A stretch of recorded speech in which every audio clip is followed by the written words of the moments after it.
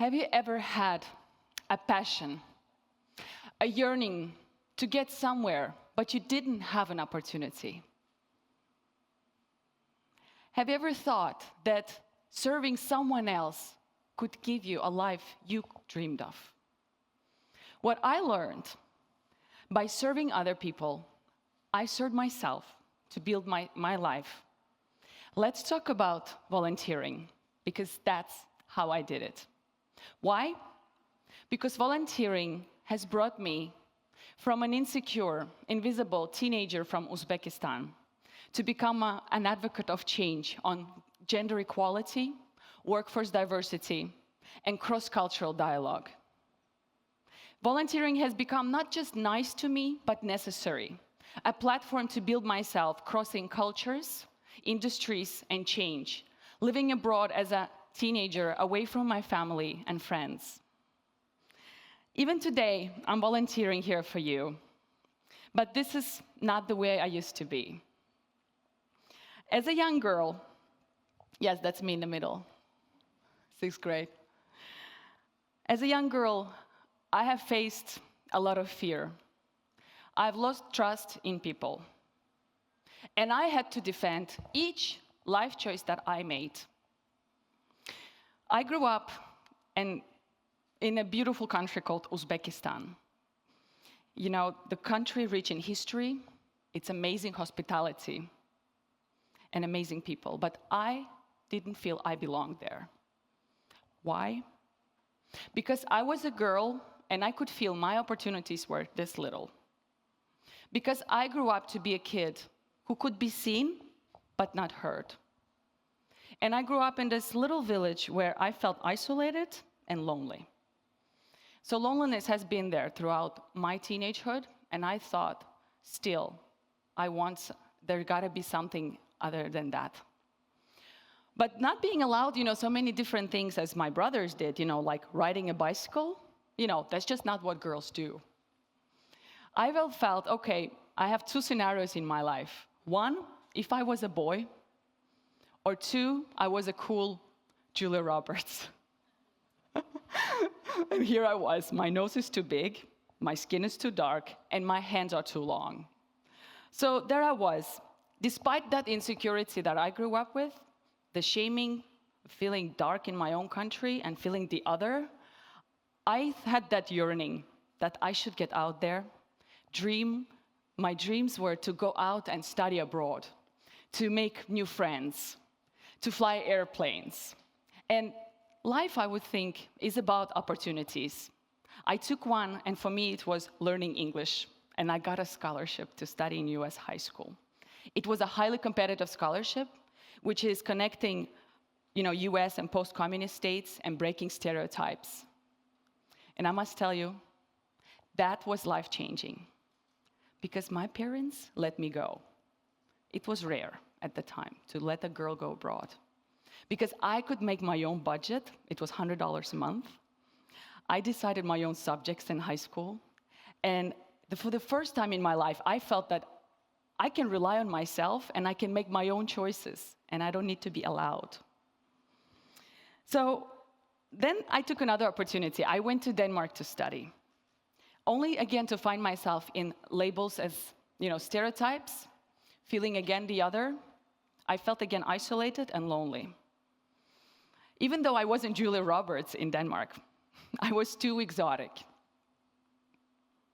And I had to manage my multiple identities and this identity crisis. What is it called? Am I Russian? I speak Russian as a fluent language, not Uzbek.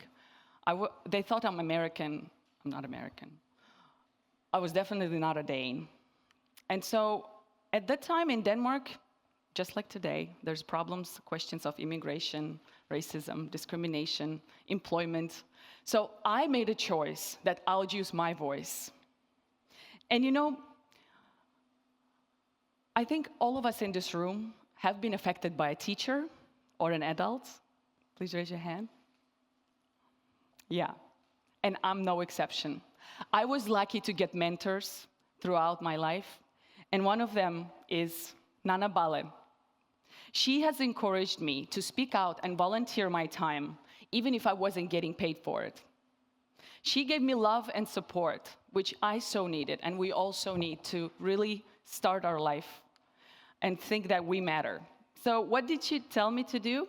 As I was an international student, I volunteered my time as a lobbyist, as a blogger, as an activist, and I used to debate in Danish parliament diversity and inclusion. I demanded equal access to jobs in the Danish market from the politicians, chambers of commerce, in European Parliament. I wrote blogs for women, migrant women into politics, to get them more into politics, to promote mentoring, because I was helped. I wanted to make sure that many other women could get a mentor like I did. And I did pro bono workshops on exports and sales to immigrants. So all these experiences I took with me to Finland so that I could also get a hold of the feel of Danish and Finnish society. Here I co-organized an NGO with inspiring 3,000 boys and girls in Finland, in Helsinki region, with their courage to dream and their dignity. So volunteering has become a platform for me to cross the differences, because I came from abroad, I live alone, and I had nothing. I had to really take initiative and get out there and get to know people. Because you know what? It was hard to make friends. And that was for me a way to voice myself as you know, standing out there, volunteering for different associations, Danish, European, and make sure that our voices and other immigrant voices are heard. And you think, people are asking me, Kamilla, why do jobs for free? And I say, ladies and gentlemen, that I've been so paid in so many ways that money cannot meet. You know, they saw my passion and they told me that I should be allowed in European Young Leaders Network. And I should be allowed to speak at Women Economic Forum in India. And promote volunteering in Uzbekistan's first ever youth forum. And just lastly, they gave me this Women of Decade in Community Leadership. I mean, it sounds crazy. But I did this because I volunteered, I engaged, and I took initiative, even though I was scared. So that was for me a way to not just free labor, but the way to build myself. I was empowering others, and I empowered myself through getting that trust, that I could trust myself and trust others. Living abroad, I could make sure that the entire world could be my home.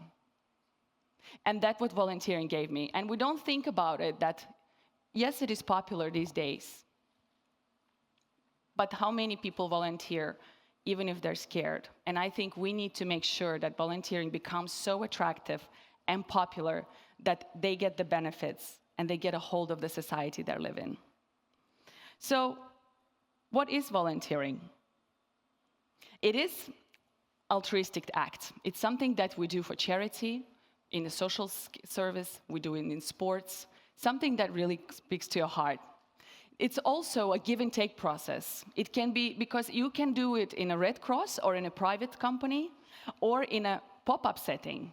So private company like Nordic Business Forum, or even TEDx event like this. And I want to of course, highlight amazing opportunity that volunteers brought to us today. So thumbs up. And volunteering is thought of is not just going around with donation box. It is necessary, but it can be also a way to build yourself, and like I said, a give-and-take process. And however, volunteering is not exploitation of free labor. It is not when a person from north travels south to do some quasi-help. And it's best done, in my belief, when you have a passion and intention. And that's where I also suggested it's also a way to self-empowerment. So how we're doing in Finland? Finland has a lot of volunteers, one of the nations connected to a lot of associations. Even in the world, if volunteer was a nation, it was in top 5 workforces in the world. And 42% of all Finns volunteer, 32% of them are young people. But the problem is there is a lot of girls volunteering, and only 2% of them are immigrants. So what are we doing with not allowing all the people who really need it to really get the benefits to get further in life? The monetary value, it's around 2 billion euro in Finland alone. And the best part is, every euro invested in volunteering brings 6 euro to the society. So how do we look at these figures and think around the world? You know, I'm one of the 250 million immigrants, and there is half of the world's population is young people. How do we address employability? They're reaching their potential, and the amount of human connections we need to make sure that we have the experiences to figure out what is our path in our life. Because for me, volunteering really meant the network, to meet people as we're all humans, we're all different, but that was really meeting on a way where we have a same passion. And I believe the vision here for the future of volunteering is that it should be promoted as a way to employment and successful integration.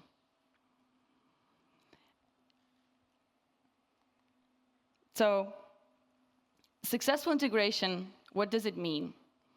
If we get all the young people, the newcomers, the immigrants, whoever you are in any age group, it is a way to take the same skill set you gain from volunteering, such as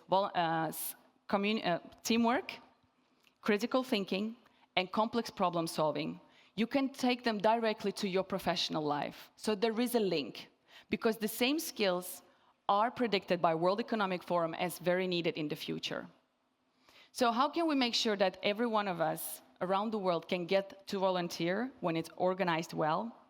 And you can make the difference to make sure people start their life with meaning and purpose. And I want to address you here today as your roles as a parent, as teachers, as business leaders, and youngsters.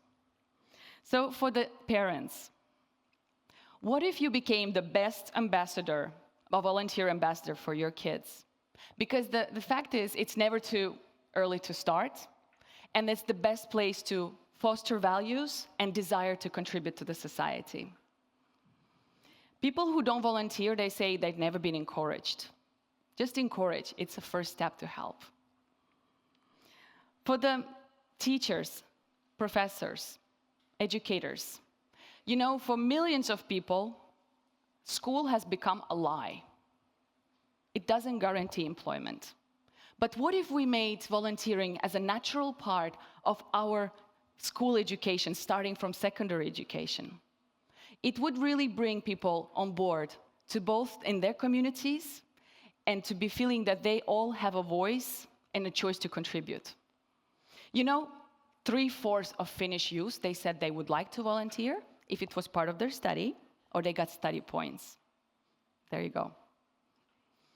And for business leaders, you heard me talk about Nana Bale. She worked in IBM.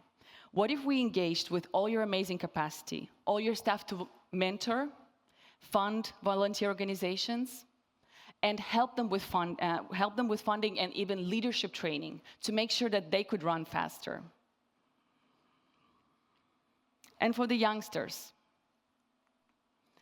what if I told you that the only thing that stops you from your path is just one step? One step. Would you go away and cheat on your dream or your yearning, that passion, like a bad selfie?